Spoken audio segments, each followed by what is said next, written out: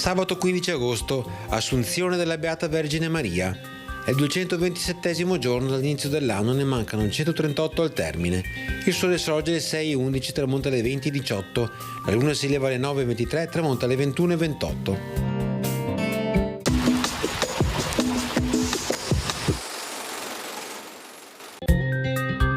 Nanni di Carlone, mercante veneziano di spezie, persuade i ravennati a mettersi sotto la protezione delle ali di San Marco.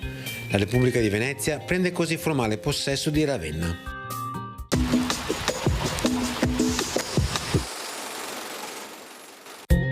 Le previsioni per domani: cielo in pianura da sereno poco nuvoloso a parzialmente nuvoloso specie verso sera, in montagna da poco nuvoloso a nuvoloso.